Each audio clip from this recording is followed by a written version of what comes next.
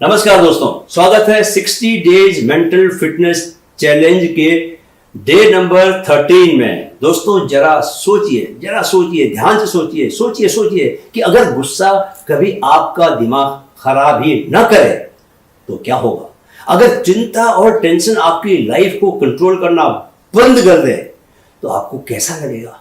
अगर आप दुख से टूटने की बजाय और ज्यादा मजबूत बनने लगे तो जिंदगी कितनी आसान हो जाएगी, होगी ना। क्या आपको पता है दोस्तों कि हार्वर्ड की एक रिसर्च के मुताबिक जो लोग अपने गुस्से, चिंता और दुख को कंट्रोल करना सीख लेते हैं वे दूसरों से 5 गुना ज्यादा खुश, हेल्दी और सक्सेसफुल होते हैं। सचिन तेंदुलकर को गुस्सा आता था लेकिन उन्होंने उसे अपने गेम के चैलेंज में बदल दिया। स्टीव जॉब्स को रिजेक्शन मिला लेकिन उन्होंने उसे अपनी ताकत बना लिया। एपीजे अब्दुल कलाम हमारे पूर्व राष्ट्रपति गरीबी और संघर्ष से गुजरे लेकिन उन्होंने खुद को कभी टूटने नहीं दिया।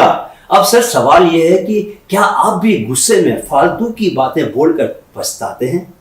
क्या चिंता और नेगेटिव सोच आपको रात भर जगाए रखती है? क्या जब भी कुछ बुरा होता है आप अंदर से टूट जाते हैं?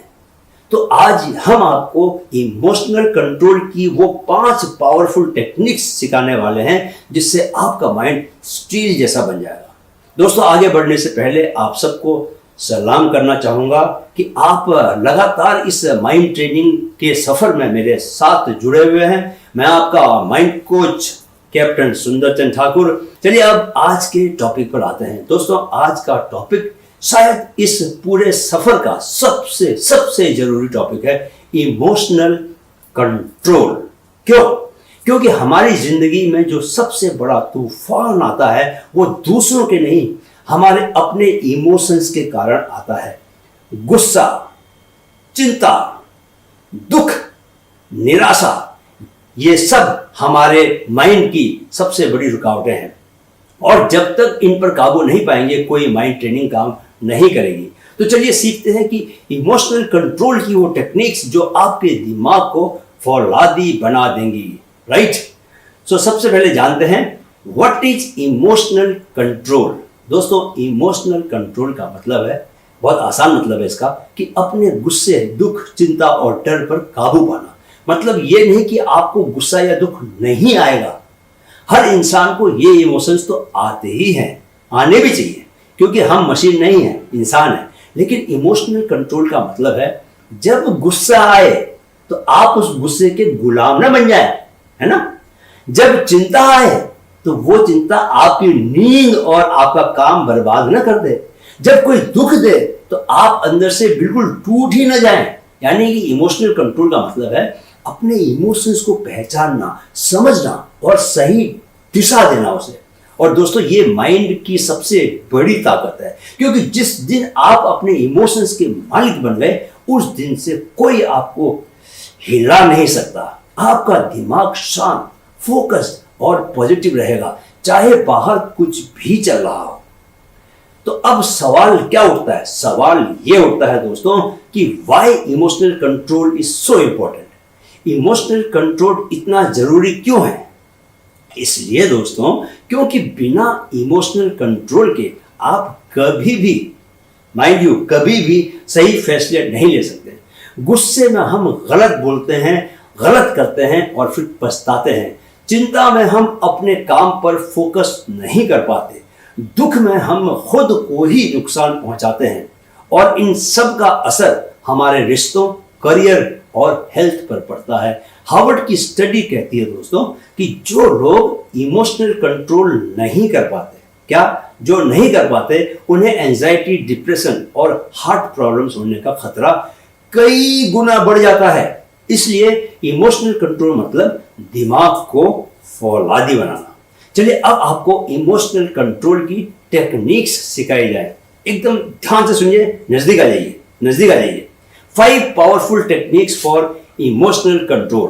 फर्स्ट, अवेयरनेस, इमोशंस को पहचानना। फर्स्ट स्टेप टू कंट्रोल क्या है? अवेयरनेस, पहचानो उसको।